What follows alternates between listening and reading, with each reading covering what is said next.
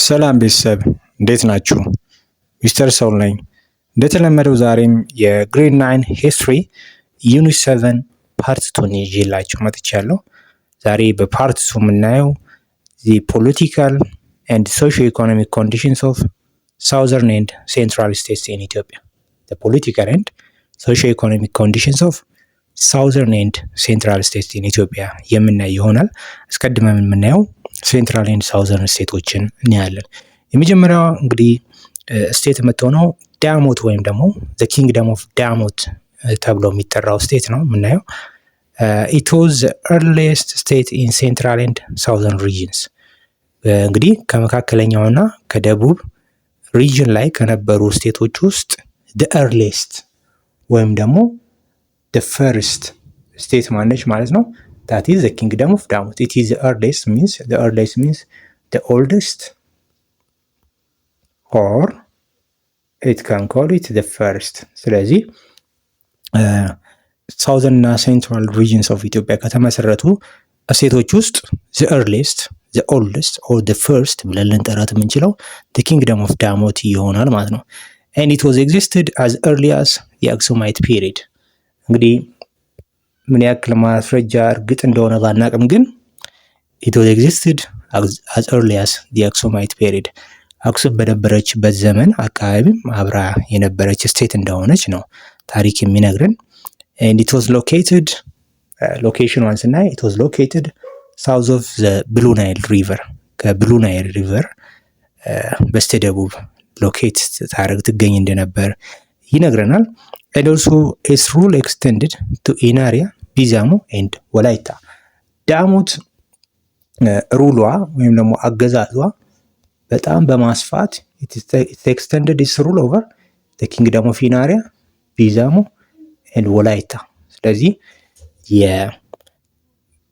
የኪንግደም ኦፍ ዳሞት ሩል ጎረቤቶቿን በመያዝ ወደነዛ በመስፋፋት ቴሪቶሪዋን ወደ ኢናሪያ፣ ቢዛሞ እና ወላይታ ማስፋፋት መቻሏን እናያለን።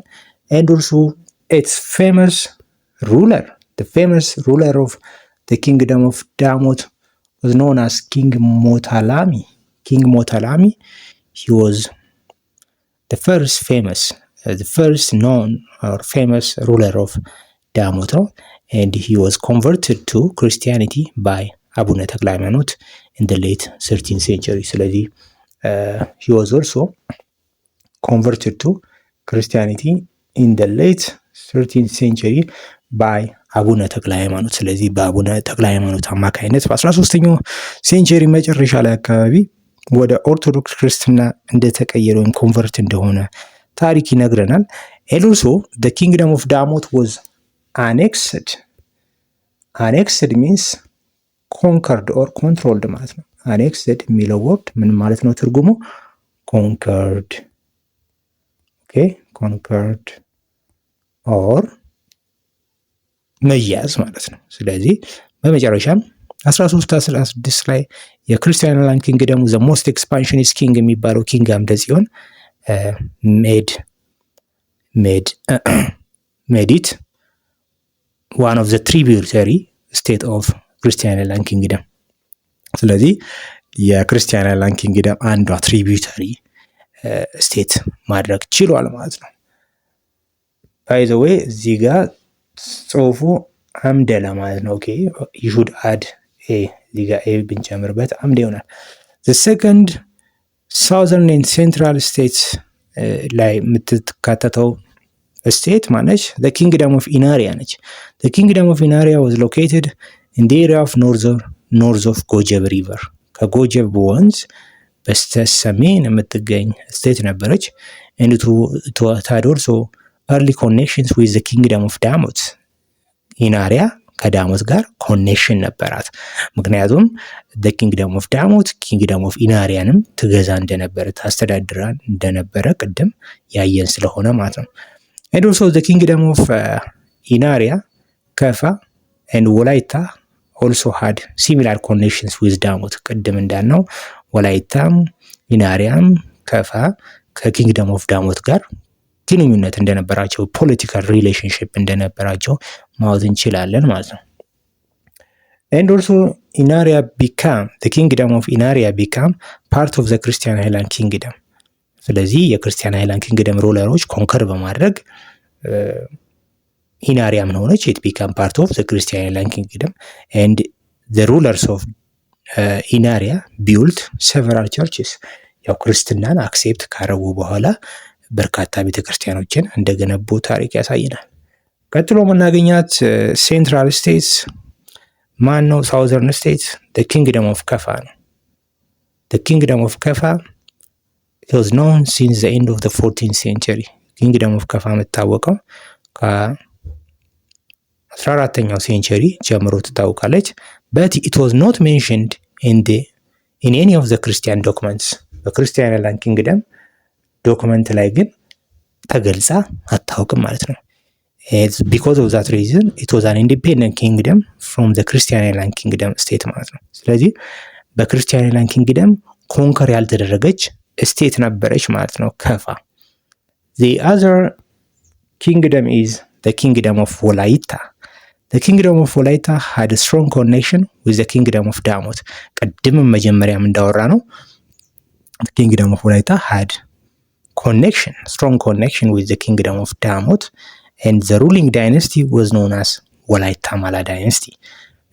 ወላይታን ሩል ያደረጋት ዳይነስቲ ማን ይባላል? the Wolaita Mala dynasty ይባላል። ያ ወላይታ was ruled by Wolaita Mala dynasty and it was tributary to Christian Highland Kingdom። ወላይታ ግን the kingdom of the Christian Highland Kingdom tributary state ነበረች under King Isaac and continued as part of Christian Highland Kingdom up to the war of Imam Muhammad reign። ስለዚህ ወላይታ በክርስቲያን ሃይላንድ ኪንግደም የክርስቲያን ሃይላንድ ኪንግደም ንጉስ ኪንግ ኢሳቅ በነበረበት ዘመን ለክርስቲያን ሃይላንድ ኪንግደም ታክስ ፔየር ነበረች። እስከ መቼ ድረስ ማለት ነው? ኢማም መሐመድ ግራኝ በ16ኛው ሴንቸሪ ኮንትሮል እስከሚያደርጋት ድረስ አታክ እስከሚያደርጋት ድረስ የክርስቲያን ሃይላንድ ኪንግደም ታክስ ፔየር ነበረች ማለት ነው። ቀጥሎ የምናገኘው ዘጉራጌ ቺፍደምስ ነው። ዘጉራጌ ቺፍደምስ it was concentrated in the area of west of Lake Zawai and the highlands of Dauro። በሌክ ዘዋይ እና በሃይላንድስ ኦፍ ዳውሮ መካከል የሚገኝ ህዝቦች ነበሩ the ጉራጌ ቺፍደምስ። its local chiefs used the title አዝማች፣ አበጋዝ እና ንጉስ የሚል ታይትሎችን ይጠቀሙ ነበር። ስለዚህ የጉራጌ ቺፍደም ነገስታቶች ሶስት አይነት የንጉሳዊ ታይትሎችን ይጠቀሙ ነበር። አንዱ አዝማች፣ ሁለተኛ አበጋዝ፣ ሶስተኛ ንጉስ። እነዚህን ታይትሎች ነገስታቶቻቸው ይጠቀሙ ነበር። ቀጥሎ የምናገኘው ስቴት ዘአገው ኪንግደም ኦፍ ጎጃም። ዘአገው ኪንግደም ኦፍ ጎጃም እንግዲህ ኪንግደም ኦፍ ጎጃምን የመሰረቷት ያው የአገው ህዝቦች ናቸው። የአገው ኤትኒክ ግሩፕስ ናቸው የመሰረቱት። ለዛ ነው ዘአገው ኪንግደም ኦፍ ጎጃም እየተባለ የሚጠራው። and it was located south of Lake Tana። ከሌክ ጣና በስተደቡብ የሚገኝ ስቴት ነው ማለት ነው። it was located south of Lake Tana and many Christian kings attempted to bring it under their control። በርካታ የክርስቲያን ሃይላንድ ኪንግደም ሩለሮች ኪንግደም ኦፍ ጎጃምን በእነሱ ቁጥጥር ስር ለማድረግ ሞክረው ነበር። ነገር ግን የተሳካለት ማን ነው? ፋይናሊ አምደ ጽዮን ኢንኮርፖሬትድ ጎጃም into the Christian state in the early 14th century። በመጨረሻም ግን ተሳክቶለት አገው ኪንግደም ኦፍ ጎጃምን ኮንከር አድርጎ በክርስቲያን ሃይላንድ ኪንግደም ታክስ ፔር ማድረግ የቻለው ኪንግ አምደ ጽዮን ነበር ማለት ነው። ከዛ አሁን ደግሞ እስቲ ክርስቲያኒቲ እንዴት እንደገባ ወደ አገው ኪንግደም ኦፍ ጎጃም። ክርስቲያን ስቴት in the early 14th century። ኦኬ ክርስቲያኒቲ ወደ አገው ኪንግደም ኦፍ ጎጃም እንዴት እንደገባ ክርስቲያኒቲ የአገው ኪንግደም ኦፍ ጎጃም እንዴት እንደገባ during the reign of King አምደ ጽዮን a Christian preacher at one of the island of monasteries of Lake Tana named Abba ዘዮሐንስ attempted to evangelize the people of ጎጃም። እንግዲህ በኪንግ አምደ ጽዮን ዘመን ከጣና ገዳማት ውስጥ አንድ አባ ዘዮሐንስ የሚባሉ መነኩሴ የጎጃምን ሕዝብ ኢቫንጀላይዝ ለማድረግ ወይም ደግሞ ወደ ክርስትና ለመቀየር ለማጥመቅ ሄደው ነበር ወደ ጎጃም። በት አባ ዘዮሐንስ አቴምፕት ቱ ፕሪች the gospel over ጣና areas was immediately lead to open conflict between ጃን ጮሃይ and the Christian kingdom። ነገር ግን የአባ ዘዮሐንስ ጎጃም ሄደው ክርስትናን ፕሪች ለማድረግ ያደረጉት ሙከራ በጎጃሙ ንጉስ ዛን ጮሃይ እና በክርስቲያን አይላንድ ኪንግደም መካከል ግጭትን አስነሳ ነው የሚለው። and ዛን ጮሃይ arrested አባ ዘዮሐንስ። እንግዲህ ዛን ጮሃይ ማለት ጃን ማለት የታይትል ነው፣ የጎጃም ንጉሶች ታይትል ነው። ጃን JAN ተብሎ መጻፍም ይችላል። ከፈለጋችሁ ደግሞ ZHAN ብላችሁ መጻፍ ትችላላችሁ። ስለዚህ ጃን ጮሃይ የሚባለው የጎጃም ሩለር አባ ዘዮሐንስን ዲቴን ያደርጋቸዋል፣ ያስራቸዋል ማለት ነው። ለምን? ኦርቶዶክስ ክርስትናን ሰበኩ በሚል። ምክንያቱም እነሱ የሚያመልኩት ሎካል ሪሊጅን ነው፣ የራሳቸውን ሎካል ሪሊጅን ነበር የሚያመልኩት። ስለዚህ ዲቴን ያደርጋቸው። ዲቴን ማለት ማሰር ነው። ሲያስራቸው ዜን ኪንግ አምደ ጽዮን ዲስፓችድ ሂዝ አርሚ። ዲስፓች ማለት ሴንት ማለት ነው።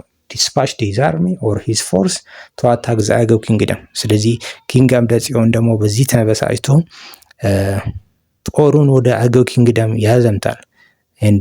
በጦርነቱ ደግሞ ጃን ጮሃይ was killed in the campaign and አባ ዘዮሐንስ was freed።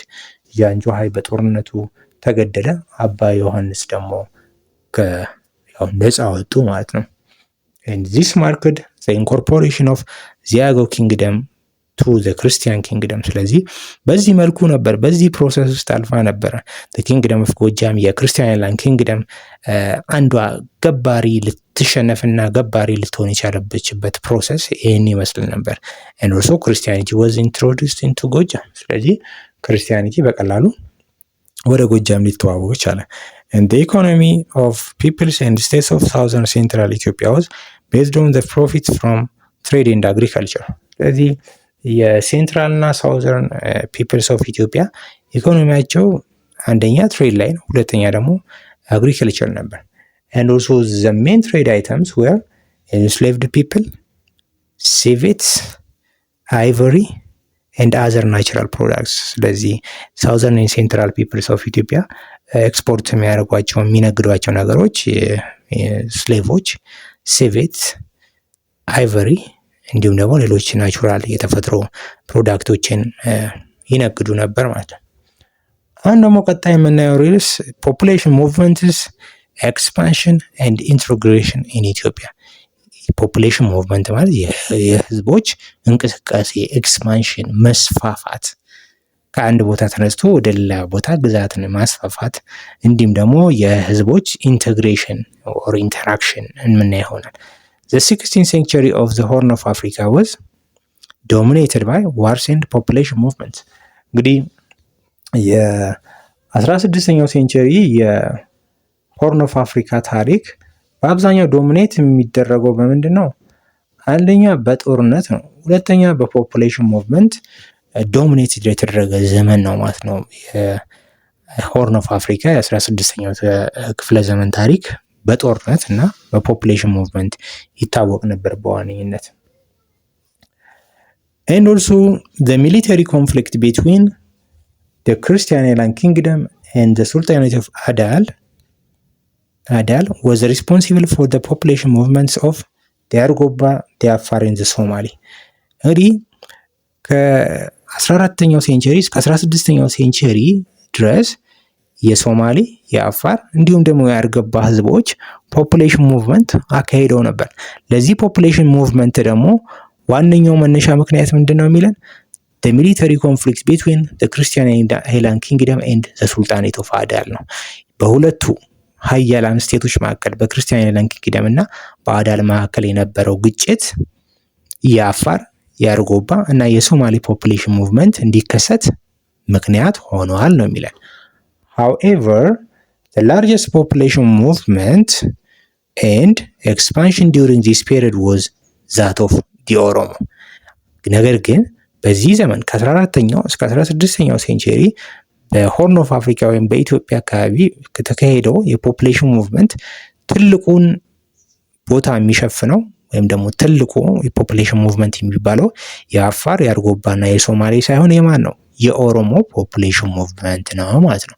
አሁን እስቲ የመጀመሪያ የአርጎባ የአፋርና የሶማሌ ፖፑሌሽን ሙቭመንቶችን እኔ የአርጎባን አስቀድመን እኔ የአርጎባ they were agents for the expansion of Islam trade and the formation of Muslim sultanates።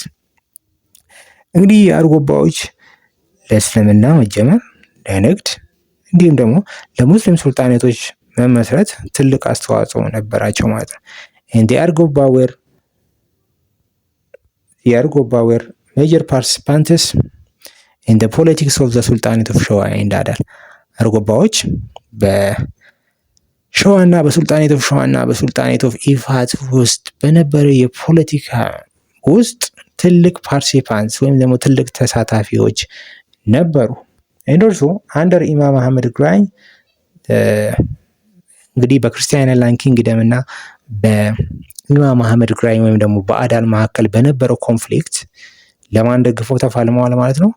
they allied with ኢማም አህመድ ግራኝ ማለት ነው። ለኢማም አህመድ ግራኝ ሳይድ በመሆን ክርስቲያን ላንድ ኪንግደምን ተፋልመዋል ማለት ነው። ቀጥሎ የምናገኘው ፖፑሌሽን ሙቭመንት የአፋር ፖፑሌሽን ሙቭመንት ነው። ኮዛቸው ምንድን ነው? ድራውት caused the Afar to move eastward until they reached the middle አዋሽ። ስለዚህ ለአፋር ፖፑሌሽን ሙቭመንት መነሻ ምክንያት ነው ድራውት ነው ወይም ደግሞ ድርቅ ነው። በድራውት የተነሳ ስለዚህ ወዴት ሙቭ አደረጉ? ወደ ሚድል አዋሽ ሪጅን ሙቭ አደረጉ። መጀመሪያ ግን ወደ ሚድል አዋሽ ከመምጣታቸው በፊት አፋሮች የሚኖሩት ኖርዘርን ኢትዮጵያ፣ ሳውዘርን ኤሪትሪያ እና ጅቡቲ አካባቢ ይኖሩ ነበር። ስለዚህ 14ኛው እስከ 16ኛው ሴንቸሪ በነበረው ጊዜ ባደረጉት ሙቭመንት ግን ወዴት ተንቀሳቀሱ? ወደ ሚድል አዋሽ ወይም ደግሞ ወደ መካከለኛው አዋሽ ድረስ ሙቭ አድረጉ። and they were middlemen in the trade between the ports and the interior region። እንግዲህ በዘይላ ፖርት እና በሌላ አካባቢ ወይም ደግሞ ወደ መሃል ባሉት የኢትዮጵያ ሕዝቦች መካከል በሚደረገው የንግድ ግንኙነት እንደ ሚድልሜን ወይም ደግሞ ማዕከላዊ ሆኖ አገልግሏል ማለት ነው። and the territory was the center of competition between the Muslim sultanates and the Christian Land Kingdom to control the trade routes። ስለዚህ የግጭቱ ማዕከል ነበሩ ማለት ነው። በአዳልና በሱልጣኔት በክርስቲያን ላንድ ኪንግደም ማዕከል በነበረው ግጭት እነሱ ማዕከል ነበሩ ማለት ነው። ቀጥሎ የምናገኘው የሶማሊ ፖፑሌሽን ሙቭመንት ነው። their land was the center of Muslim Christian competition። የሶማሌዎችን መሬት እንዲሁ ሴንተር ኦፍ ሙስሊም ክርስቲያን ኮምፒቲሽን ነበር። and the movement of the Somali was a result of strong demographic pressure ነው። የሶማሊ ፖፑሌሽን ሙቭመንት ደግሞ መነሻው ምክንያት ምንድነው? ስትሮንግ ዴሞግራፊክ ፕሬሸር ያም ደግሞ የፖፑሌሽን መጨመር ነው። and their movement did not last long and they returned to their land following the defeat of Imam Ahmed Grai after the battle of ወይና ደጋ። አሁን ደግሞ የምናየው የኦሮሞ ፖፑሌሽን ሙቭመንትን እናያለን። ካስቀጥለን የምናየው የኦሮሞ ፖፑሌሽን ሙቭመንትን እናያለን ማለት ነው። the Oromo they were an indigenous Cushitic people of Ethiopia in the Horn። ኦሮሞዎች እንግዲህ በኢትዮጵያ ውስጥ ይኖሩ ከነበሩ ነባር ህዝቦች ውስጥ አንዶቹ ናቸው። እንዲሁም ደግሞ እነዚህ ህዝቦች ኩሽቲክ ቋንቋ ተናጋሪዎች ናቸው ማለት ነው። and the history of the Oromo and the history of the Oromo just goes back to the Aksumite period። የሂስትሪ ኦፍ የኦሮሞ ታሪክ እስከ አክሱም ወደ ኋላ ድረስ የሚጓዝ ታሪክ እንዳላት ነው የሚነገረው።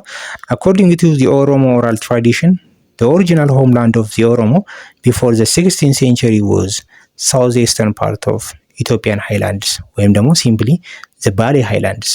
ስለዚህ ኦሮሞዎች 16ኛው ሴንቸሪ ቴሪቶሪያል ኤክስፓንሽን ከማድረጋቸው በፊት የሚኖሩበት የነበረው ኦሪጂናል ሆምላንዳቸው የት ነው ማለት ነው? ሳውዝ ኢስተርን ፓርት ኦፍ ኢትዮጵያን ሃይላንድስ ወይም ደግሞ ባሌ ሃይላንድስ ብለን በአጭሩ ማስቀመጥ እንችላለን ማለት ነው። and also Medawalabu was the political and religious center of the Oromo before their expansion. ኦሮሞዎች እንግዲህ 16ኛው ሴንቸሪ 16 ሴንቸሪ ፖፑሌሽን ሙቭመንት ከመጀመራቸው በፊት የነበራቸው የፖለቲካልና ሪሊጂየስ ማዕከል ወይም ደግሞ የፖለቲካና የሃይማኖት ማዕከል የነበረው መዳወላቡ ይባላል ማለት ነው። አሁን ደግሞ the main causes of the Oromo population movement እናያለን። the main causes of the Oromo population movement. what caused the population movement? ምንድነው? ለምንድነው ሙቭ እንዲያደርጉ ያስገደዳቸው ምክንያት ምንድን ነበር የሚለውን እናያለን ማለት ነው። A combination of natural and man-made factors caused the movement of the Oromo population in the 16th and 17th centuries. ስለዚህ ለኦሮሞ ፖፑሌሽን ሙቭመንት ሁለት ምክንያቶች ማንሳት እንችላለን። አንደኛው ናቹራል ኮዝ ነው፣ ሁለተኛው ማን-ሜድ ኮዝ ነው። እስቲ እነዚህን ኮዞች እናያቸው። የመጀመሪያው ዴሞግራፊክ ፕሬሸር ነው። ዴሞግራፊክ ፕሬሸር ኤንድ subsequent need for land to accommodate the growing human and livestock ነው። ዴሞግራፊክ ፖፑሌሽን ፕሬሸር ማለት የህዝብ የቁጥር መጨመር ነው። አንደኛ የከብቶቻቸው ቁጥር መጨመር ነው፣ ሁለተኛ የሰው ህዝብ ቁጥር መጨመር ነው። ስለዚህ በዚህ የተነሳ አዲስ ቦታ አስፈልጋቸው፣ በዛ ምክንያት ሙቭ አድርጉ ነው።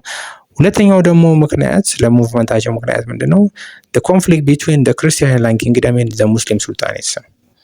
ሁለተኛው ምክንያት ደግሞ ኮንፍሊክት ቢትዊን the Christian land kingdom and the Muslim sultanates በክርስቲያን land kingdom እና በሙስሊም ሱልጣኔት ኦፍ አዳል መካከል የተደረገው ግጭት ፖፑሌሽን ሙቭመንት እንዲያደርጉ አድርጓቸዋል ነው የሚለው። before their expansion the Oromo were divided into two major groups. 16ኛው ሴንቸሪ ላይ ኦሮሞዎች ፖፑሌሽን ሙቭመንት ከመጀመራቸው በፊት በሁለት ግሩፖች ወይም ደግሞ በሁለት ኮንፌዴሬሲ ተከፍለው ነበረ ማለት ነው የሚኖሩት። these were the Borana and the Barentu confederacy ይባላሉ። ወይም ደግሞ the Borana and the Barentu ግሩፕ ተብለው በሁለት ይከፈሉ ነበር ማለት ነው። መቼ? ፖፑሌሽን ሙቭመንት ከመጀመራቸው ከ16ኛው ሴንቸሪ ቀደም ብሎ ማለት ነው። እስቲ ሁለቱንም ለየብቻ እናያቸው። The Borana Confederation አስቀድመን The Borana Confederacy consisted the Mecha, Tulama, Southern Borana and Guji clans. ስለዚህ በቦረና ኮንፌዴሬሲ ውስጥ በርካታ ክላኖች አሉ በውስጡ ወይም ደግሞ ጎሳዎች አሉ። አንደኛው መጫ ነው፣ ቱለማ፣ ሳውዘን ቦረና እና ጉጂ። እነዚህ ክላኖች በቦረና ኮንፌዴሬሲ ወይም ደግሞ በቦረና ግሩፕ ውስጥ ይጠቃለላሉ። ሁለተኛው ኮንፌዴሬሲ ባሬንቱ ኮንፌዴሬሲ ይባላል። ባሬንቱ ኮንፌዴሬሲ consisted of the ከረዩ፣ መረዋ፣ ኢቱ፣ ኦምባኔ፣ አካቹ፣ ወሎ ኤንድ አርሲ ክላን። ስለዚህ እነዚህ አሁን የጠቀስናቸው ከረዩ፣ መረዋ፣ ኢቱ፣ ኦምባኔ፣ አካቹ፣ ወሎ እና አርሲ የሚባሉት ክላኖች በባሬንቱ ኮንፌዴሬሲ ውስጥ ይካተታሉ ማለት ነው። ስለዚህ ኦሮሞዎች እንግዲህ በ16ኛው ሴንቸሪ ፖፑሌሽን ሙቭመንት ከመጀመራቸው በፊት በሁለት ኮንፌዴሬሲ ወይም ደግሞ በሁለት ግሩፕ ይከፈሉ ነበሩ ማለት ነው። እነዚህን ግሩፖች ነው አሁን ያየነው። ቀጥሎ የምናገኘው ስቴትስ ኤንድ ዳይሬክሽንስ ኦፍ የኦሮሞ ፖፑሌሽን ሙቭመንት። የኦሮሞ ፖፑሌሽን ሙቭመንት ስቴጆች እና እንዲሁም ደግሞ ዳይሬክሽን ወዴት ተጓዙ፣ ስንት ስቴጅስ ነበረው የሚለውን ነገር እናያለን ማለት ነው።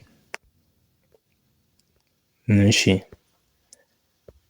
ስቴጅ 1 ስቴጅ 2 እናያለን። አስቀድመን ስቴጅ 1 እና ስቴጅ 2 እናያለን። ስቴጅ 1 የተካሄደው in the first half of 16th century ነው።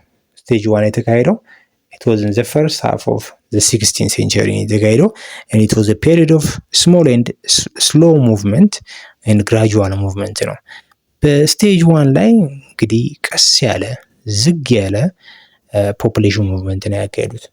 ሁለተኛው ስቴጅ ሰከንድ ስቴጅ ነው። ሰከንድ ስቴጅ የተካሄደው between the mid 16th century up to 1618 ድረስ ነው የተካሄደው። ከ16ኛው ሴንቸሪ አጋማሽ እስከ 16 18 ወይም ደግሞ እስከ 17ኛው ሴንቸሪ የተካሄደ ነው ማለት ነው። በዚህ ስኬል ደግሞ it was a large scale ጂ ነች። ኦኬ it was a large scale of movement carried out using force። እዚህኛው ላይ በጣም ላርጅ ስኬል ነው፣ ብዙ ቦታ የሸፈነው፣ እንዲሁም ደግሞ ፎርስ ተጠቅመዋል። ጦርነት እያካሄዱ ነው ማለት ነው ኮንኮር ያደረጉት። and the following were the 12 Butta wars fought by the Oromo during the expansion between 1522 up to 1618። ስለዚህ የኦሮሞ ፖፑሌሽን ሙቭመንት እንግዲህ ከ80 ዓመት በላይ 80 እና ከዛ ዓመት በላይ የፈጀ ነው። በ1522 ጀምሮ በ1618 የሚጠናቀቅ ፖፑሌሽን ነው ሙቭመንት ነው ማለት ነው። በ1522 ይጀምርና በ1618 that means more than 80 years ከ80 ዓመት በላይ የፈጀ ፖፑሌሽን ሙቭመንት ነው። 12 ቡታ ዋርስ ነው ያካሄዱት። 12 ቡታ ዋርስ ማለት 12 ሜጀር ዋሮችን አካሄደው ነው ኮንከር ያደረጉት። እነዚህን ዋሮች እስቲ በተወሰነ መልኩ the first ገዳ መልባ ገዳ ይባላል። መልባ ገዳ ከ1522 እስከ 1530 ቴሪቶሪያል ኤክስፓንሽን አድርጓል። defeated the Christian regiment called Betra Amora led by Fasil and the Oromo occupied Bali sultanate of Bali መያዝ ችለዋል ማለት ነው ከክርስቲያን ላይን ኪንግደም። ሁለተኛው ገዳ ሙዴና ወይም ደግሞ ሙዴና ገዳ ይባላል። ይሄ ደግሞ ኤክስፓንሽን ያካሄደው ከ1530 እስከ 1538 ነው። by this movement the Oromo reached the አዋሽ ሪቨር። አያችሁ ከባሌ ሃይላንድ ተነሳው እንግዲህ ወደ አዋሽ ሪቨር ደረሱ ማለት ነው። ሶስተኛው ገዳ ኪሎሌ ገዳ ይባላል። ከ1538 እስከ 1546 የነበረ ገዳ ነው። it controlled ዳውሮ after defeating the Christian regiment called አዳል መብረቅ። ይሄ ማንን ተቆጣጠረ? it controlled the ዳውሮን ወይም ደግሞ ሱልጣኔት ዳውሮን ኮንትሮል አድርገ። ሌላኛው አራተኛው ቢፎሌ ገዳ ነው። ከ1546 እስከ 1554 ድረስ ነው። ይህ ደግሞ ዋጅን እና ኤረርን ኮንትሮል አደረገ። ሌላኛው ገዳ ሚጭሌ ገዳ ነው። ከ1554 እስከ 1562 ነው። it's called victory over the force of ሀመልማል the force of ጃናሞራ and also አዳል አንደር ኢመር ኑር ሙጃሂድ የአዳል ሩለር የነበረውንም ኢሚር ኑር ሙጃሂድንም አሸንፈው ቦታቸውን አስፍተዋል ማለት ነው። in their movement different Oromo branches established Geda centers. These centers were ኦዳ ነቢ of ቱለማ ያው ምስራቅ ሸዋ አካባቢ ነው የተቋቋመው። ያው ስለዚህ የራሳቸውን የገዳ ማዕከሎች መስርተው ነበር ማለት ነው። ኦሮሞዎች ሲስፋፉ በተለያየ ቦታ እያንዳንዱ ክላን የራሱን ገዳ ማዕከል ወይም ደግሞ ገዳ ሴንተር አቋቁሞ ነበር። የመጀመሪያው ኦዳ ነቢ ቱለማዎች ቱለማ የሚባለው ክላን ያቋቋሙ የገዳ ማዕከል ኦዳ ነቢ ይባላል። ምስራቅ ሸዋ ላይ ነው ወይም ኢስተርን ሸዋ ነው። ኦዳ ሮባ ኦፍ ሲኮ ማንዶ የአርሱሊያ ነው የተቋቋመው። ኦዳ ቡልቱም ኦፍ ኢቱ ሀምባኔ ሀረርጌ አካባቢ ነው የተቋቋመው። ኦዳ ቢሲል ኦፍ ሜጫ ዌስት ሸዋ ወይም ደግሞ ምዕራብ ሸዋ ነው የተቋቋመው። ሌላኛው ኦዳ ቡሉቅ ኦፍ ጃዊ ሜጫ ሆሮ ጉድሩ ወይም ደግሞ ወለጋ ነው የተቋቋመው። the Oromo population movement and expansion was successful for several reasons። የኦሮሞ ፖፑሌሽን ሙቭመንት ውጤታማ ሆኗል እያለ ነው። እንዴትስ ውጤታማ ሊሆን ቻለ ለሚለው ምክንያቶቹን እናያለን ማለት ነው። አንደኛ the Geda system provided training and military organization። የገዳ ስርዓት የጦር ራሱን የቻለ የጦር ድርጅት ያቋቁማል፣ እንዲሁም ደግሞ የጦር ስልጠና ይሰጣል። ስለዚህ ገዳ ሲስተም ራሱን የቻለ የጦር ኦርጋናይዜሽን መኖሩ ለፖፑሌሽን ሙቭመንታቸው ስኬታማ እንዲሆኑ አድርገዋል ማለት ነው። ሁለተኛ ኦልሞስት ኦል ሜምበርስ ኦፍ ዘ ሶሳይቲ ፓርቲሲፔት ኢን ዋርስ። ከሴት በስተቀር እንግዲህ በኦሮሞ ፖፑሌሽን ሙቭመንት ውስጥ ኦልሞስት ኦል ሜምበርስ ኦፍ ዘ ሶሳይቲ ጦርነቱ ላይ ተሳትፈዋል ማለት ነው፣ ወይም ኤክስፓንሽኑ ላይ ተሳትፈዋል። and also the Oromo institutions like adoption facilitated the expansion።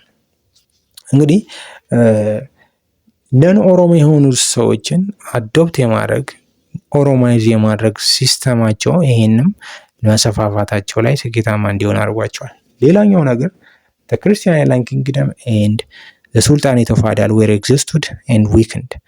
እንግዲህ ክርስቲያን አይላንድ ኪንግደም ኤንድ ሱልጣኔት ኦፍ አዳል ረዘም ላለ ጊዜ እርስ በርስ ግጭት ያደረጉ ነበር፣ ሲቪል ዋር ያካሄዱ ነበር። ይሄ ሲቪል ዋር ስላዳከማቸው እነዚህን ሁለት ስቴቶች ኦሮሞቹ ለመስፋፋት ትልቅ እድል ፈጥሮላቸው ነበር ማለት። ስለዚህ የኦሮሞ ፖፑሌሽን ሙቭመንት ሰክሰስፉል ወይም ደግሞ ስኬታማ እንዲሆን ምክንያት የሚሆኑት አሁን የጠቀስናቸው ናቸው ማለት ነው። ቀጥሎ የምናገኘው ኮንሲኩዌንስ ኦፍ ኦሮሞ ፖፑሌሽን ሙቭመንት ኤንድ ኤክስፓንሽን፣ የኦሮሞ ፖፑሌሽን ሙቭመንት ያመጣቸው ኮንሲኩዌንስ ወይም ደግሞ ሪዛልቶች ምን ምን ናቸው የሚለውን ነው ደግሞ አሁን እናያለን። መጀመሪያው ያመጣው ኮንሲኩዌንስ ወይም ሪዛልት ምንድነው? ኢትኒክ ኤንድ ካልቸራል ኢንተርሚክሲንግ ነው። የጎሳና የባህል ኢንተርሚክሲንግ መደበላለቅ አምጥቷል። ኦሮሞዎቹ ከነን ኦሮሞዎቹ ጋር ያላቸውን ካልቸር ማደባለቅ ችሏል። ሌላው ማህበረሰብ ወረው ሲቀላቀሉ ያው ያላቸውን ካልቸር እንዲሁም ደግሞ ኤትኒክ ግሩፕሳቸው ኢንተርሚክስ እንዲሆን ምክንያት ሆኗል። ሌላኛው የኦሮሞ ፖፑሌሽን ሙቭመንት it destroyed the old states of or the kingdoms of ዳሞት፣ ቢዛሞ and ኢናሪያ።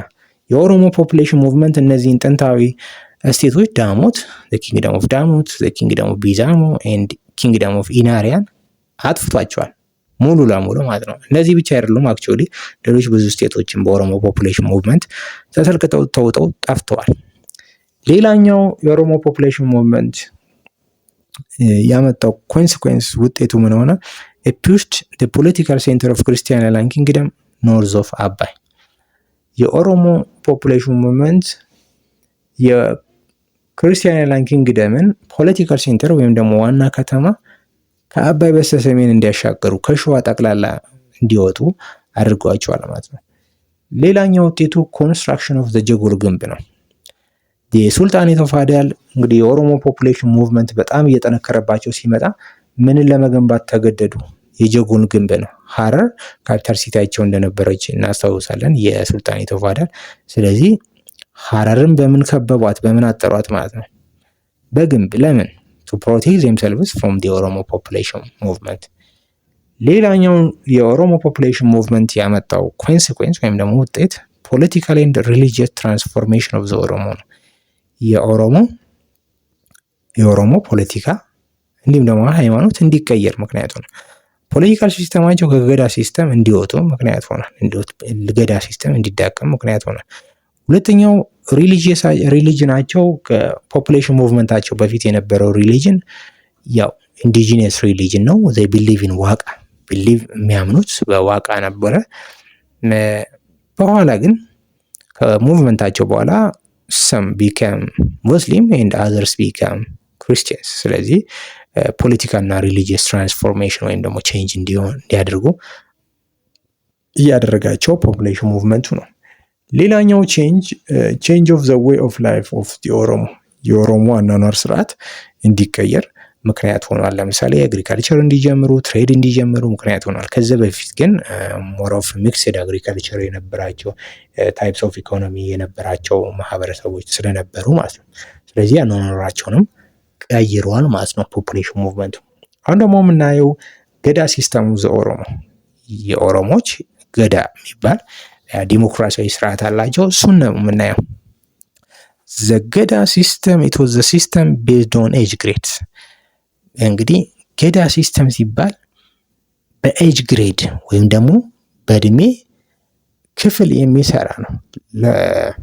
ለምሳሌ እድሜው ከተወለደ እስከ 8 ዓመት ከ9 እያለ በየመሃሉ የ8 ዓመት እድሜ እየጨመረ የሚሄድ ገዳ ኤጅ ግሬድ ነው ማለት ነው።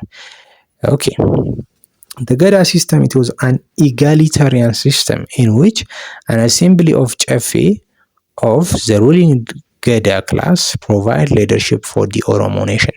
ስለዚህ ገዳ ሲስተም ኢጋሊታሪያን ሲስተም ነው ማለት አንዱ ከአንዱ የማይበልጥበት እኩልነት የሚሰፍንበት ሲስተም ሆኖ ገዳው የራሱ ጨፌ ይኖረዋል ወይም ደግሞ ፓርላማ ይኖረዋል። እንዲሁም ደግሞ በእያንዳንዱ ገዳ ክላስ ውስጥ ያሉ ሰዎች በኦሮሞ ኔሽን ውስጥ የሊደርሺፕ ወይም ደግሞ የስልጣን ኃላፊነት የሚኖራቸው ስርዓት ነው የሚለን። and the system regulates the Oromo political, social, economic and religious activities dealing with ለዚህ ገዳ ሲስተም ኦሮሞ ማህበረሰብን ፖለቲካል፣ ሶሻል፣ ኢኮኖሚ እንዲሁም ሃይማኖታዊ ክስተቶችን ዲል ያደርጋል ወይም ደግሞ የሚያስተካክል ነገር ነው። ለምሳሌ ኮንፍሊክት ሪዞሉሽን አለው። የራሱን የቻለ የኮንፍሊክት ሪዞሉሽን ወይም ደግሞ ግጭት መፍቻ መንገድ አለው። ያ ሲስተም ምን ይባላል? አራራ ይባላል።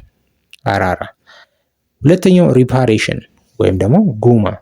ለምሳሌ አንዱ ሰው የሌላውን ሰው ቤተሰብ ወይም ዘመድ ቢገል ምን ይከፍላል? ሪፓሬሽን ወይም ደግሞ ጉማ ወይም ሪፓሬሽን ማለት ካሳ ማለት ነው። ይሄ በገዳ ስርዓት ውስጥ ያለ ነገር ነው። ሌላኛው ነው ፕሮቴክቲንግ ውመንስ ራይት። ገዳ ሲስተም የሴቶችን መብት የሚያስጠብቅ ስርዓት አለው። ስለዚህ እነዚህን የኦሮሞን ፖለቲካዊ፣ ሶሻል፣ ኢኮኖሚያዊ እንዲሁም ደግሞ ሃይማኖታዊ አክቲቪቲዎችን የሚያስተካክል የሚመራ ስርዓት ነው ማለት ነው። ዘ ገዳ ሲስተም was an institution through which the ኦሮሞ socially organized themselves በኦሮሞ ገዳ ሲስተም ውስጥ ኦሮሞዎች ራሳቸውን ሶሻሊ ኦርጋናይዝ ያደርጉበታል። አድሚኒስተር ዜር አፌርስ ያላቸውን ኢች አፌርስ ኢኮኖሚክ አፌር፣ ፖለቲካል አፌር አድሚኒስተር የሚያደርጉበት የሚያስተዳድሩበት ስርዓት ነው። and also they defend these territories ድንበራቸውን የሚከላከሉበት ስርዓትም አለው። ምክንያቱም ወታደሮችን ማሰልጠን ራሱ የገዳው ስርዓት አንዱ አካል ስለሆነ ማለት ሜንቴን ሎ ኤንድ ኦርደር ህግና ስርዓት ያስከብራል። ይኸው ገዳ ሲስተም እንደርሶ ማኔጅ ዜር ሴረሞኒስ በዓሎቻቸውንም ማኔጅ የሚያደርጉበት ስርዓት ነው ማለት ነው። ገዳ ሲስተም ኮንስቲቲዩትድ ኤሌመንት ኦፍ ዲሞክራሲ በገዳ ስርዓት ውስጥ የዲሞክራሲ ኤሌመንቶች እናገኛለን። ለምሳሌ ፔሪዲክ ሰክሴሽን ወይም ደግሞ ፔሪዲክ ኤሌክሽን። አንድ አባገዳ ፔሪዲካሊ ነው የሚቆየው በስልጣን ማለት he will be replaced by another ገዳ ማለት ነው። አባገዳ በሌላ አባገዳ ይተካል። በምን ያክል ዓመት በኋላ? ከ8 ዓመት በኋላ ሪፕሌስ ይደረጋል ማለት ነው። ፓወር ሼሪንግ ቱ ፕሪቨንት ዋን ማን ሩል ፓወር ደግሞ ሼር ይደረጋል። ዋን ማን ሩል ወይም ደግሞ በአንድ ሰው መተዳደር ለማስቀረር ሲባል ፓወር ሼር ይደረጋል። አንድ አባዱላው ወይም ደግሞ አባገዳው ብቻ አይደለም ሩል የሚያደርገው፣ በርካታ ሩለሮች አሉ። አባዱላው አለ፣ አባሴራ አለ፣ አባለንጋ አለ። እነዚህ ሁሉ የራሳቸው ፓወር አላቸው ማለት ነው። ሌላኛው ነገር ሪፕሬዘንቴሽን ኦፍ ኦል ላይንስ ክላንስ ኢን ኮንፌዴሬሽንስ እያንዳንዱ የኦሮሞ ክላን እና ኮንፌዴሬሲ በዚህ ውስጥ ተሳታፊ ነው ማለት ነው። and also the ገዳ system organized the Oromo society into age grade by describing the social, political and socio-economic responsibilities of each group ይህ ገዳ ሲስተም የኦሮሞ ማህበረሰብን በኤጅ ግሬድ ከፋፍሎ ፖለቲካዊ፣ ሶሻል፣ ኢኮኖሚክ እና ሌሎችም ሪስፖንሲቢሊቲዎችን ይሰጣል ማለት ነው። in the system 10 age grades and 5 classes operated በገዳ ስርዓት ውስጥ 10 ኤጅ ግሬዶች እና 5 ክላሶች ይኖራሉ። in the ገዳ system 8 years represent one ገዳ period በአንድ ገዳ ፔሪድ ማለት 8 ዓመት ነው። and also 5 ገዳ ፔሪድ ደግሞ 40 ዓመት ማለት ነው። ስለዚህ 8 ጊዜ 5 40 ነው የሚመጣው። አንድ ገዳ ግሬድ 5 ዓመት ከሆነ የሚፈጀው 5 ገዳ ግሬዶች ስንት ዓመት ይፈጃል?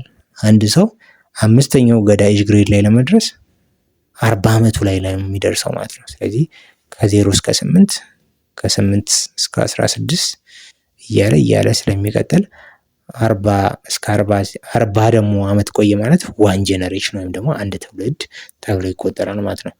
ፖለቲካል ፊሎሶፊ ኦፍ ዘ ገዳ ኢዝ ቤዝድ ኦን 3 ሜን ቫልዩስ የገዳ ስርዓት ራሱን የቻለ ፍልስፍና አለው።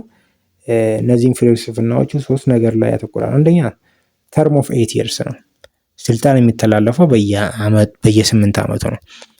አንድ ሰው ከአንዱ ገዳ ኤጅ ግሬድ ወደ ሌላ ለመሻገር 8 ዓመት ይቆያል አንዱ ገዳ ኤጅ ግሬድ ውስጥ ማለት ነው። ሁለተኛው ባላንስድ ኦፖዚሽን ቢትዊን ፓርቲስ፣ ባላንስድ የሆነ ኦፖዚሽን አለ።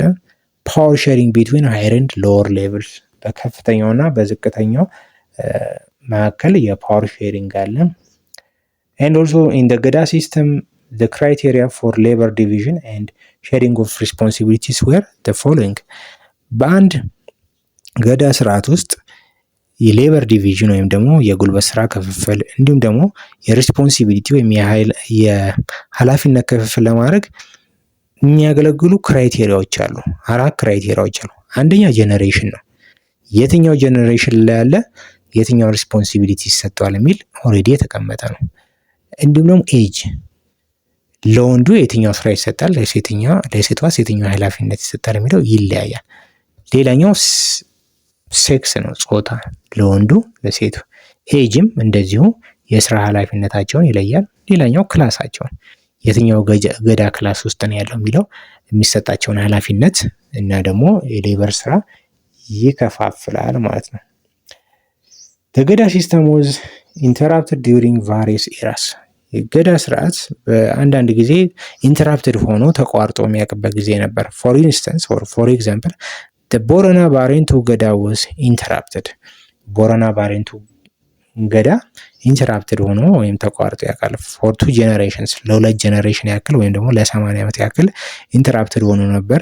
እስከ መቼ ድረስ? ከ1450 መደወላቡ።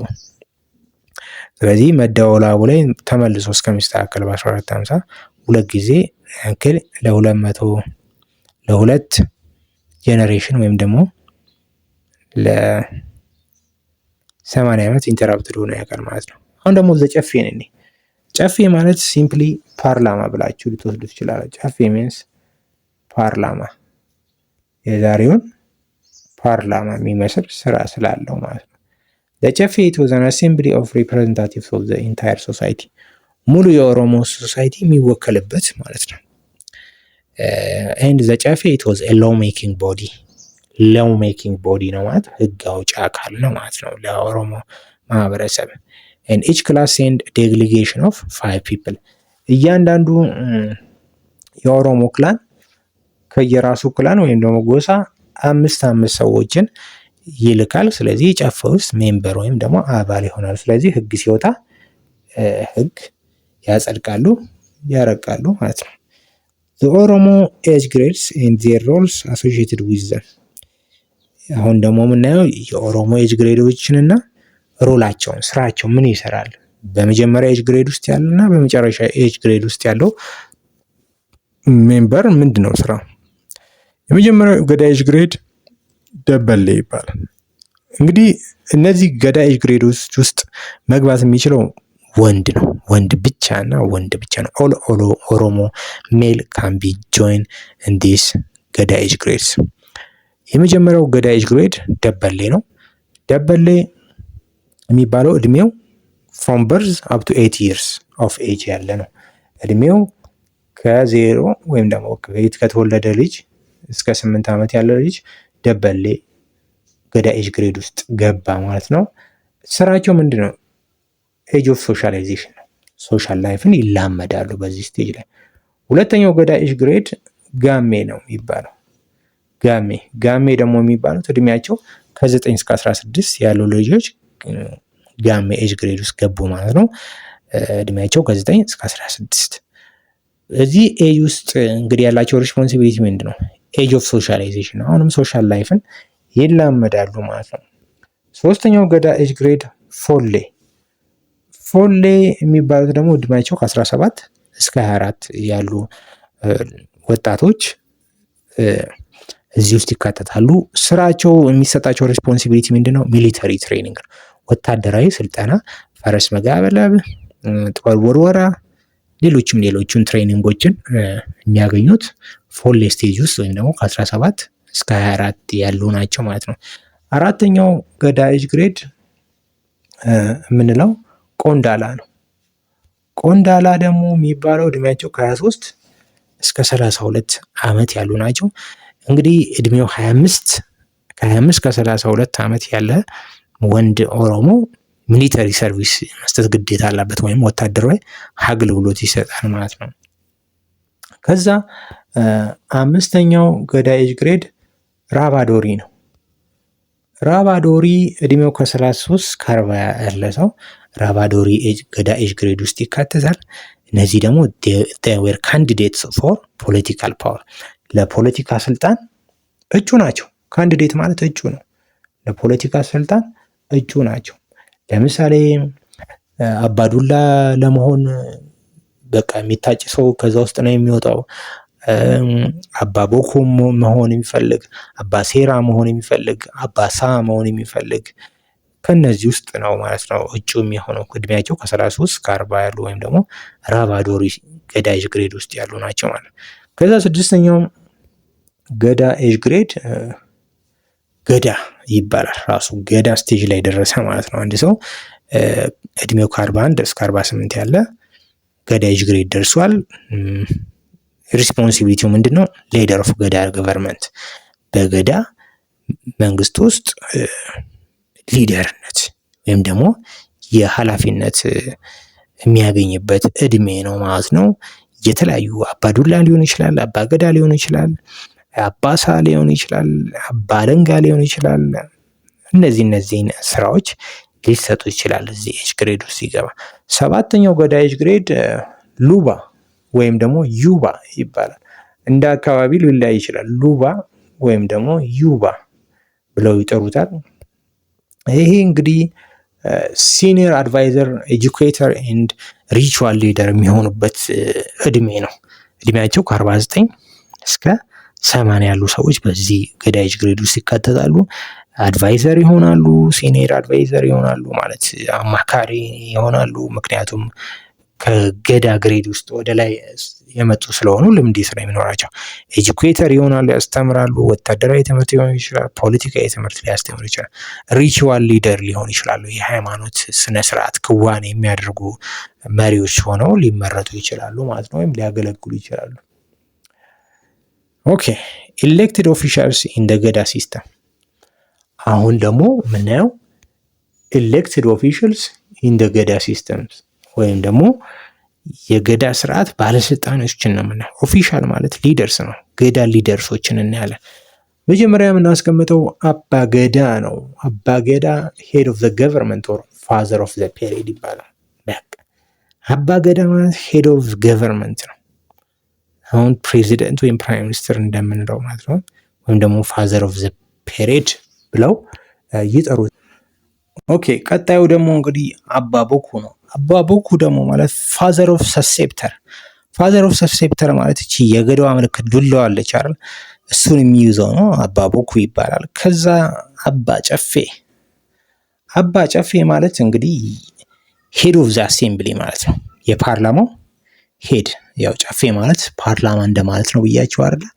ስለዚህ ሄድ ኦፍ ዘ አሴምብሊ ነው ማለት ነው። እሱ ደግሞ አባ ጨፌ ይባላል። ቀጥሎ የምናገኘው አባዱላ ነው። አባዱላ ማለት ደግሞ ዋር ሊደር ነው። የጦር መሪ ወይም የጦር አበጋዙ ነው እንግዲህ አባዱላ እየተባለ የሚጠራው። ከዛ አባሴራ። አባሴራ ደግሞ ማለት ፋዘር ኦፍ ሎው ነው። ህግ አውጪ፣ ፋዘር ኦፍ ሎው ህግን የሚተነትን ሰው፣ የሚያውቅ ህግ አዋቂ ሰው ነው። ከዛ አባለንጋ። አባለንጋ እንግዲህ ከስሙ እንደምንረዳው ቀጪ ነው፣ ጀጅ ነው፣ ዳኛ ማለት ነው። አባለንጋ ሚስ ጀጅ። ከዛ በመጨረሻ የምናገኘው አባሳ። አባሳ ማለት ፋዘር ኦፍ ትሬዠሪ ወይም ደግሞ የሀብት ሚኒስተር ብለህ ልጠራው ትችላለህ፣ ወይም ልጠሪው ትችላለሽ። ሀብትን የሚቆጣጠር ማለት ነው። ከዛ የምናገኘው እዚህ አባ ሙዳ ነው። አባ ሙዳ እንግዲህ የሃይማኖት አባት ነው። አባ ሙዳ ሲኒየር ቃሉ ኦር ስፒሪቹዋል ሊደር ነው። ቃሉ ማለት ቄስ ማለት ነው። ኦኬ ሲኒየር ቃሉ ነው። ሲኒየር ቃሉ ከፍተኛ ቄስ ነው ማለት ነው። ወይም ደግሞ ስፒሪቹዋል ሊደር ነው፣ ሃይማኖታዊ አባት ነው። he had a big role in power to transfer and legitimize the ruling ገዳ ክላስ by anointing the ገዳ officials። እንግዲህ አንድ ገዳ ግሬድ አንድ ገዳ ወይም ደግሞ ሌላ አባዱላ፣ አባለንጋ፣ አባሴራ የሚቀያየሩት በየ8 ዓመቱ 8 ዓመት ሞልቷቸው ሲወርዱና በሌላ ሲተኩ አዲሶቹን አኖይንት የሚያደርገው የሚቀባው ሌጊቲሜታይዝ የሚያደርጋቸው ህጋዊ አድርጎ የሚሾማቸው የሚያጸድቀው ማን ነው ማለት ነው? እሱ ነው። ይቀባቸዋል፣ ከዛ ይመርቃቸዋል ማለት ነው። ምርቃት ሰጥቶ ወደ ስልጣናቸው ይሸኛል ማለት ነው። ይህን የሚያደርገው አባ ሙዳ ወይም ደግሞ የሃይማኖት አባቱ ነው ማለት ነው። ሪሊጂየስ ሊደሩ ነው። ከዛ ሲንቄ ኢንስቲትዩሽን እናገኛለን። ይሄ የሴቶች ኢንስቲትዩሽን ነው። it was an institution of the Oromo women through which they maintain their rights። ይሄ የምን ኢንስቲትዩሽን ነው? ተቋም ነው። የኦሮሞ የሴቶች ተቋም ሲሆን በዚህም ስርዓት ውስጥ ወይም ተቋም ውስጥ የኦሮሞ ሴቶች መብታቸውን የሚያስጠብቁበት ተቋም ነው ማለት ነው። and the Oromo women involved in power transfer ማለት ስልጣን ሽግግር ላይ ይሳተፋሉ። ኮንፍሊክት ሪዞሉሽን ማለት ግጭት መፍታት ላይ ይሳተፋሉ። and also ታንክስጊቪንግ ማለት እንግዲህ ኦሮሞዎች የሚያከብሩት የዓመታዊ በዓል አለ። ያ ነው ታንክስጊቪንግ የሚሉት። እሺ ሌላኛው ኦሮሞ ውመን። ይህ እንግዲህ ኦሮሞ ውመኖች ስማቸው እንዳሉበት ስቴጅ ይቀያየራል። እሺ እስቲ እነሱን እኔ ኦኬ እንግዲህ የኦሮሞ ሴቶች እንደ እድሜያቸው ስም አላቸው ማለት ነው። የመጀመሪያው ፕሪቢሴንት ስቴጅ ያሉት ፕሪቢሴንት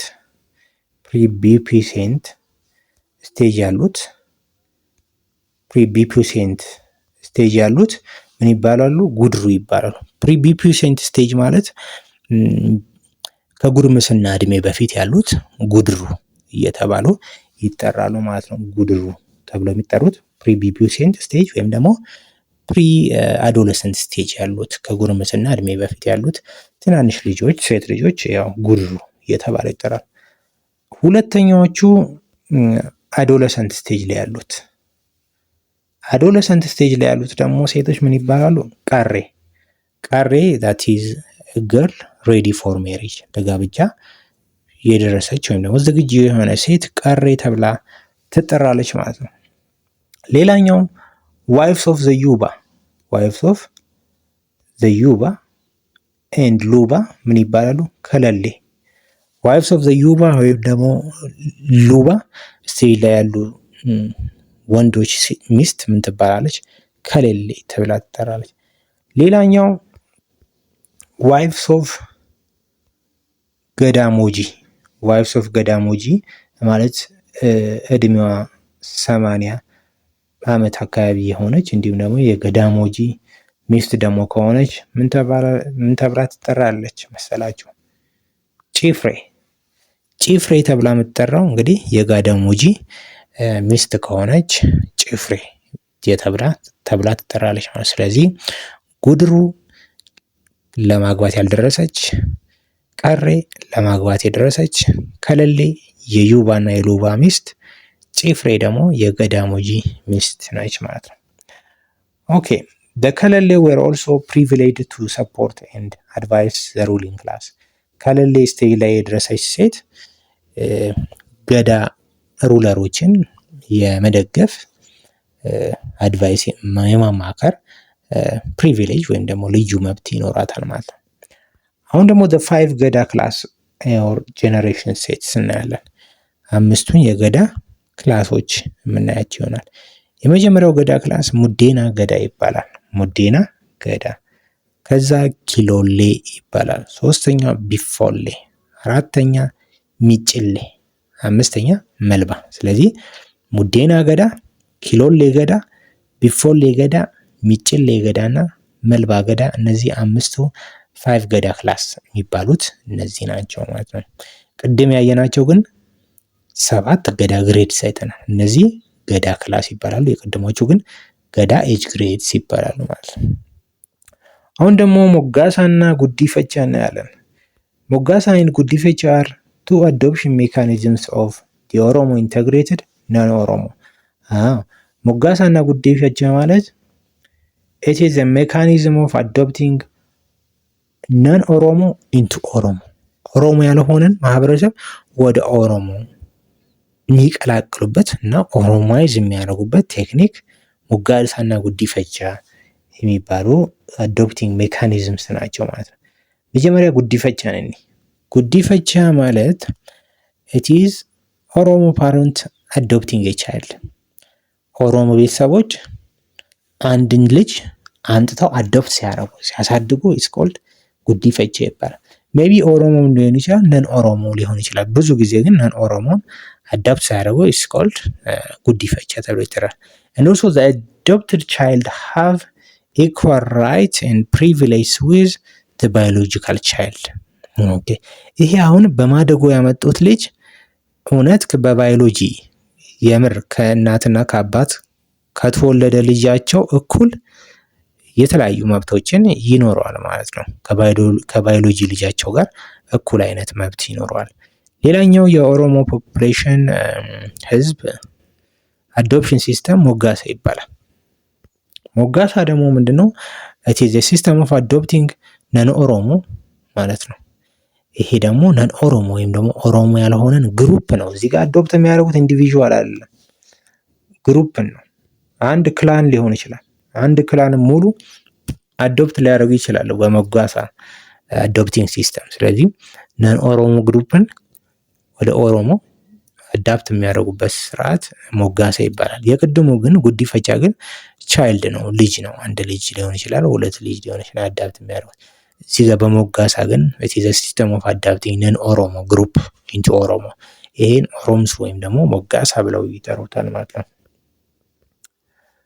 ኦኬ አሁን ደግሞ የምንገባው ወደ ኢጋሊታሪያን ሲስተም ኦፍ ገቨርናንስ ነው። ኢጋሊታሪያን ሲስተም ኦፍ ገቨርናንስ ኢጋሊታሪያን ሲስተም ኦፍ ገቨርናንስ ማለት ምንድን ነው? ዲሞክራሲያዊ የሆኑ የስራ አስተዳደሮች ናቸው። ግን እነዚህ አድሚኒስትሬሽን ስርዓቶች ምንድን ናቸው? ኢንዲጂነስ ሲስተምስ ናቸው። ምናልባት ለምሳሌ ሲዳማ የራሱ ኢንዲጂነስ አድሚኒስትሬሽን ሲስተም አለው። ቅድም እንዳየነው ደግሞ ኦሮሞ አድሚኒስትሬሽን ሲስተም አለው። ስለዚህ ዲሞክራሲ የሆነ የአስተዳደር ስርዓት እንደማለት ነው ኢጋሊታሪያን ሲስተም ኦፍ ገቨርናንስ። ስለዚህ በዚህ ቶፒክ ደግሞ የሲዳማዎችን ኢጋሊታሪያን ሲስተም ኦፍ ገቨርናንስ ወይም ደግሞ ኢንዲጂነስ አድሚኒስትሬሽን ሲስተም እናያለን። የሌሎችንም የኮንሶንም አድሚኒስትሬሽን ሲስተም የምናይ ይሆናል። ሌሎችንም አንድ ሁለት ጨምረን የምናይ ይሆናል። እስኪ መጀመሪያ የሲዳማዎችን እኔ ሲዳማ ሀድ ኢንዲጂነስ ሲስተም ኦፍ አድሚኒስትሬሽን። አዎ ሲዳማዎች የራሳቸው የሆነ የአስተዳደር ስርዓት ነበራቸው። ኤንድ ሲዳማ ዋዝ ሩልድ ባይ ሩለር ኮልድ ሞቴ that means ኪንግ ማለት ነው። ስለዚህ ሲዳማዎች የሚመሩት በሞቴው ነው። ሞቴ ሚንስ ኪንግ ማለት ነው። ለምሳሌ ኦሮሞም ሞቲ ብለው ነው የሚጠሩት፣ እነዚህ ደግሞ ሞቴ ብለው ይጠራሉ ማለት ነው። and the king had an advisory council of elders called ሶንጎ። ንጉሱን ደግሞ የሚያማክሩ አድቫይዘሪ ካውንስለሮች አሉት። እነዚህ ምን ተብለው ይጠራሉ? ሶንጎ። ሽማግሌዎች ናቸው የሚያማክሩት። እነዚህ ካውንስሊንግ ኤልደርስ ወይም ደግሞ የሚያማክሩ ሽማግሌዎች ምን ተብለው ይጠራሉ? ዘሶንጎ ተብለው ይጠራሉ ማለት ነው በሲዳማ ካልቸር። ዘሲዳማ there was cultural and ritual leader called ወማ። አሁንም በሲዳማ ባህላዊና እንዲሁም ደግሞ ሪቹዋል ሃይማኖታዊ ሊደርም ነበራቸው። ይሄ ሃይማኖታዊና እንዲሁም ደግሞ ባህላዊ ሊደር ወማ ተብሎ ይጠራል። who was elected based on his ability as a peacemaker። ስለዚህ እንደ ፒስሜከር ሆኖ ይመረጣል እና ስራዎችም ይኖሩታል። ወማ ሃንድል ማለት ሶልቭ የሚያደርጋቸው ወይም ደግሞ ኤክስኪዩት የሚያደርጋቸው ስራዎች አሉት። አንደኛው ኦፈሪንግስ ሳክሪፋይስ ቱ ዘ ስፒሪትስ። እንግዲህ ኢንዲጂነስ ሪሊጅን ነው የሚያመልኩት እንጂ ክርስትና እስልምና አልነበረም ሲዳማዎች የሚያመልኩት። ስለዚህ የሚያመልኳቸው ስፒሪቶች አሉ ወይም ደግሞ መናፍስቶች አሉ። ለነዛ መናፍስቶች ሳክሪፋይ ኦፈር የሚያደርገው ማን ነው? ወማው ነው። ወማ ወይም ደግሞ ስፒሪቹዋል ሊደሩ ወይም ደግሞ ሪቹዋል ሊደሩ ነው ማለት ነው። ሌላው ኃላፊነቱ ሰርከምሲሽን ኤንድ ሜሬጅ ነው፣ ጋብቻ እንዲሁም ደግሞ ሰርከምሲሽን ማለት ግርዛት ነው። እነዚህን ስርዓቶች የሚያከናውነው ይሄ ሪቹዋል ሊደሩ ወይም የሃይማኖት ስነ ስርዓት ክንውን መሪው ወማው ነው ማለት ነው። እንደ ሲዳማ ዌር ግሩፕድ ኢንቱ ክላንስ የሲዳማ ህዝብ በሁለት ክላን ይከፈላል። ዌር ግሩፕድ ኢንቱ ክላንስ የመጀመሪያው ክላን ቡሼ ይባላል። ሁለተኛው ደግሞ ማልዲያ። ስለዚህ ቡሼ እና ማልዲያ የሚባል ሁለት ክላን ነበራቸው ሲዳማ ህዝቦች። and the Sidama socio-political organization had many similarities with the ገዳ system of the Oromo which is known as Luwa። አሁን ልክ እንደ የኦሮሞ ኢንዲጂነስ አድሚኒስትሬሽን ሲስተም ገዳ ሲስተም ነው አይደል የሚባለው። ልክ እንደዛው የሲዳማም የራሳቸው አድሚኒስትሬሽን ሲስተም አላቸው። ኢንዲጂነስ አድሚኒስትሬሽን ሲስተም አላቸው። ያ አድሚኒስትሬሽን ሲስተም ሉዋ ሲስተም ይባላል። ስለዚህ ሉዋ ሲስተም እና ገዳ ሲስተም በጣም ተመሳሳይነት አላቸው ማለት ነው። የሚመሳሰል ነገር አላቸው። ሉዋ was an age grade system ልክ እንዳሁን ሉዋ እና ገዳ ሲስተም የሚያመሳሰላቸው ነገር አለ ብለን አንደኛው የሚያመሳሰላቸው ምንድን ነው? ሉዋ was an age grade system ነው። ልክ የኦሮሞ ገዳ ሲስተም ኤጅ ግሬድ ሲስተም ነው። ከበርዝ አፕቱ 8 ከ9 አፕቱ 17 እድሜ ያላቸው ብለን እንደከፋፈል ነው። እዚህም የሲዳማ ማህበረሰብም እንደዚሁ በኤጅ ግሬድ ውስጥ ተከፋፍለው ነው የሚያልፈው ማለት ነው። and also there are two terms referring to the elderly in ሲዳማ በሲዳማ ማህበረሰብ ውስጥ እንግዲህ ሽማግሌ ብሎ ለመግለጽ እንግዲህ በሲዳማ ማህበረሰብ ውስጥ አንድን ሰው ሽማግሌ ብለው ለመጥራት ሽማግሌዎችን ሽማግሌ ለማለት ሁለት ተርም ይጠቀማል። አንደኛው ጌርቾ ነው። የመጀመሪያው ሽማግሌን ብለው ለመጥራት ጌርቾ የሚል ቃል ይጠቀማሉ። ጌርቾ ማለት ፐርሰን ዊዝ ግሬ ሄር ነው። በቃ ጸጉሩ የነጣ ወይም ደግሞ የሸበተ ሰው ጌርቾ ብለው ነው የሚጠሩት። ሁለተኛው ደግሞ የሸመገለ ሰውን የሚጠሩበት ስም ምንድን ነው? ሲሚሴቾ ደግሞ an elder who has undergone the title of the passage into the status of elderhood። ይሄኛው ደግሞ status of elderhood ላይ የደረሰ ሰው ደግሞ ሴሚሴቾ ብሎ ይጠሩታል። የመጀመሪያው ጸጉሩ የሸበተውን ሰው ጌርቾ፣ ይሄኛውን ደግሞ under the status of elderhood ላይ የደረሰውን ደግሞ ሴሚሴቾ ብለው የመጥራት ነገር አለ ማለት ነው። The age grade in the Sidama Lowa had an 8 years cycle for 5 Lowa generation። these are እንግዲህ ኦሮሞ ላይም በዚሁ በ8 ዓመት ነው የሚቀያየሩት። እዚህም ተመሳሳይ የሆነ በየ8 ዓመት የሚቀያየር ስርዓት ነው ያለው ማለት ነው። እና 5 ሎዋ ጄኔሬሽን አሉ። እነዚህ ምን ናቸው? ፉላሳ፣ ዋዋሳ፣ ደራራ፣ ሂርቦራ ኤን ሞጊሳ ይባላሉ። ስለዚህ እንደዚህ አይነት ስርዓት ነው ያላቸው ማለት ነው። ስለዚህ ከኦሮሞ ጋር በጣም ተመሳሳይ የሆነ ኢንዲጂነስ አድሚኒስትሬሽን ሲስተም አላቸው። ቀጥሎ የምናየው ጌዲዮን ነው። የጌዲዮ ህዝብ ደግሞ ስናይ ጌዲዮ ሊቭ ኢስት ኦፍ ሌካባያ ቦርደርድ ዊዝ ሲዳማ ኢን ዘ ኖርዝ። ስለዚህ ሌካባያ እና እንዲሁም ደግሞ ሲዳማዎቹ በስተ ሰሜን በኩል ያዋስኗቸዋል። ኤሪያ አራውንድ ሃሮ ወላቡ ኦር ኒር ዲላ ታውን is believed to be the homeland of the ጌዲዮ። እንግዲህ የጌዲዮ ህዝቦች ሆምላንዳቸው መጀመሪያ የነበሩበት ቦታ የት ነው ተብሎ ነው የሚጠራው? ሃሮ ወላቡ ወይም ደግሞ የዛሬ ዲላ ከተማ አካባቢ እንደነበሩ ይወሳል። the ጌዲዮ traditional governance based on the age system is called ባሌ። እንግዲህ ልክ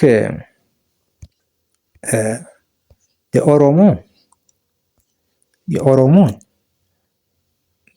ገዳ ሲስተም አላቸው ብለናል። ሲዳማዎች ደግሞ ሉዋ ሲስተም ይባላል፣ ኢንዲጂነስ አድሚኒስትሬሽን ሲስተማቸው። እንዲሁም ደግሞ ጌዲዮዎች ጋር ስንመጣ የጌዲዮ ትራዲሽናል ገቨርናንስ ሲስተማቸው ደግሞ ባሌ ይባላል። ስለዚህ ባሌም ኤጅ ቤዝድ የሆነ ሲስተም ነው ማለት ነው። ኤጅ ሲስተም ነው። ልክ ሶስቱም ተመሳሳይ ናቸው ማለት ነው። የጌዲዮ፣ የሲዳማም፣ የኦሮሞ ኢንዲጂነስ አድሚኒስትሬሽን ሲስተማቸው ተመሳሳይ ነው። ሶስቱም የሚሰሩት በኤጅ ሲስተም ነው ማለት ነው። ዜር ገቨርናንስ ሃዝ ሲሚላሪቲስ ዊዝ ዘ ገዳ ሲስተም ኦፍ ዘ ጉጂ ኦሮሞ። በተለይ ከጉጂ ኦሮሞ ካለው የገዳ ሲስተም ስርዓት ጋር የጌዲዮ ትራዲሽናል አድሚኒስትሬሽን ሲስተም ይመሳሰላል ማለት ነው። ኦኬ ከዛ ቀጥሎ የምናገኘው ያ ነው። ያ ማለት ምንድን ነው? ያ ወዝ the general council in the ባሌ ሲስተም በሌ ሲስተም። በሌ ማለት እንግዲህ የጌዲዮ ምንድነው ልክ አድሚኒስትሬሽን ሲስተም ነው። በዛ አድሚኒስትሬሽን ሲስተም ውስጥ ምን አላቸው? ጀነራል ካውንስል ወይም ደግሞ ፓርላማ አላቸው። ለምሳሌ በኦሮሞ ገዳ ሲስተም ውስጥ ካውንስላቸው ጀነራል ካውንስላቸው ምንድነው? ጨፌ ነው ብለናል። አዎ ልክ እንደዛ የጌዲዮዎች ደግሞ ያ ተብሎ ይጠራል። ያ ወዝ the general council in the ባሌ system. the leader of the ባሌስ was elected by ያ። እንግዲህ የበሌው ሊደር የሚመረጠው ከየት ነው? ከያ ነው፣ ወይም ደግሞ ከፓርላማው በፓርላማው አባላት የዛ መሪ የሚሆነው ሰው የፓርላማው መሪ የሚሆነው ሰው ይመረጣል። and also the ያ council was the supreme authority ወይም ደግሞ ፓርላማቸው ትልቁ ስልጣን አለው። and all the በሌ officials were elected by the ያ። ስለዚህ ሁሉም የበሌ ኦፊሻሎች ወይም ደግሞ ልክ የገዳ ኦፊሻሎችን በጨፌው እንደሚመረጡ ሁሉ የዚህም የበሌ ኦፊሻሎች የሚመረጡት በያ ካውንስል ነው ማለት ነው። አሁን ደግሞ የኮንሶ ማህበረሰብን እናያለን። የመጨረሻው ማህበረሰብ ነው። ኮንሶ was located mountain region east of the rift valley። እስቲ ኮንሶ በምንድን ነው የምታስታውሷት? ምናልባትም እንግዲህ በቴሬሲንግ ነው የምናስታውሳት ወይም በርከን ስራ ነው ካላችሁ በትክክል መልሳችኋል። እንግዲህ ኮንሶ ማውንቴን ሪጅን ነች። ሪፍት ቫሊ አዋስናታል በምስራቅ በኩል። ስለዚህ በዚህ በቴሬሲንግ ስራ እስከ ዩኔስኮ ድረስ እስከ መመዝገብ የደረሰች ታላቅ ቦታ ነች ማለት ነው። ኢኮኖሚ was dependent on mixed agriculture ነው ኢኮኖሚያቸው። ከብትም ያረባሉ፣ አዘርትም ይዘራሉ ማለት ነው። their administration was not centralized። አድሚኒስትሬሽናቸው ሴንትራላይዝድ አይደለም። የሌሎቹን ስርዓት ስታዩ እንግዲህ ሴንትራላይዝድ ነው። የሲዳማ የጌዲዮን እንዲሁም ደግሞ የኦሮሞን አድሚኒስትሬሽን ስናይ ሴንትራላይዝድ ነው። የእነዚህ ግን it was not centralized or decentralized political system ነው ያላቸው። ዲሴንትራላይዝድ ነው እንጂ ሴንትራላይዝድ አይደለም። አንድ ማዕከላዊ የሚባል ገቨርንመንት የላቸው። ቫሪየስ ግሩፕ እዚህ ጋር ሶሪ ግሩፕ ለማለት ነው። ግሮ የምትለው ፒ ጨምሩባትና ግሩፕ ይሆናል። ቫሪየስ ግሩፕስ ኤንድ ፒፕል ሼርድ አውቶሪቲ። እንግዲህ በኮንሶ ህዝብ ውስጥ በርካታ ማህበረሰብ ሊሳተፍ ይችላል በአመራር ላይ።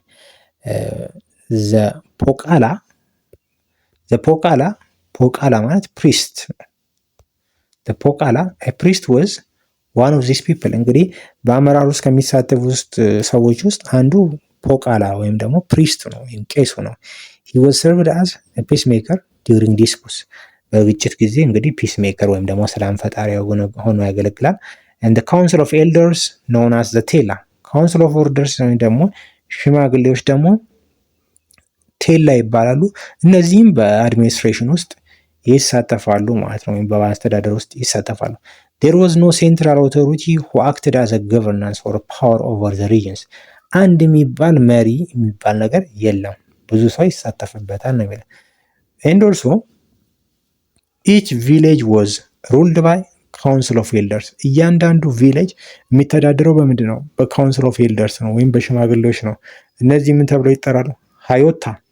ሀዮታ ተብለው በሚጠሩ ካውንስል ኦፍ ኤልደርስ ነው እያንዳንዱ ቪሌጅ የሚተዳደረው እንጂ አንድ ከላይ መሪ የላቸውም። ሜምበርሺፕ ኢን ዘ ካውንስል ወይም ደግሞ የሀዮቶ አባል የሚሆነው በምንድን ነው?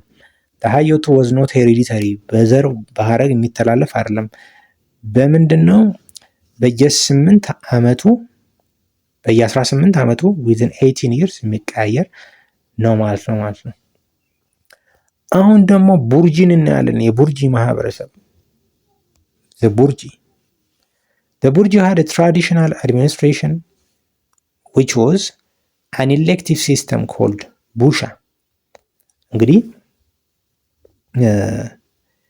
ቡሻ የሚባል ኤሌክትድ ሲስተም ወይም ደግሞ ባሻ የሚባል የአመራር ስርዓት ነበራቸው።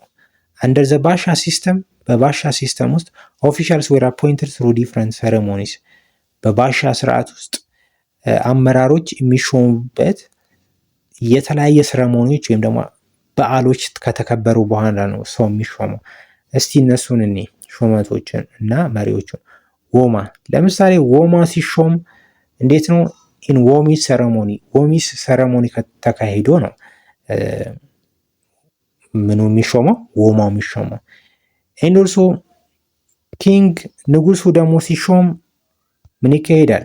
ሮያል ኮሮኔሽን ወይም ደግሞ የዘውድ መጫን ስርዓት ተካሂዶ ነው የሚሾመው። ኤንድ ኦልሶ ሌላኛው ዳያና ነው። ዳያና በዳይኖማ ሴሬሞኒ ተካሂዶ ይሾማል። ቀጣዩ ማሻ ነው። ማሻ ኢን አፖይንትመንት ሴሬሞኒ ወይም የሹመት ሴሬሞኒ ተካሂዶ ይሾማል። and there were two types of ወማ። ስንት አይነት ወማዎች አሉ? ወማ ማለት ኪንግ እንደማለት ነው። ኦኬ ኪንግ እንደማለት ነው። ሁለት አይነት ወማዎች ነበሩ። አንደኛው ሄሬዲተሪ ወማ ነው። ያልማት በዘር የሚተላለፍ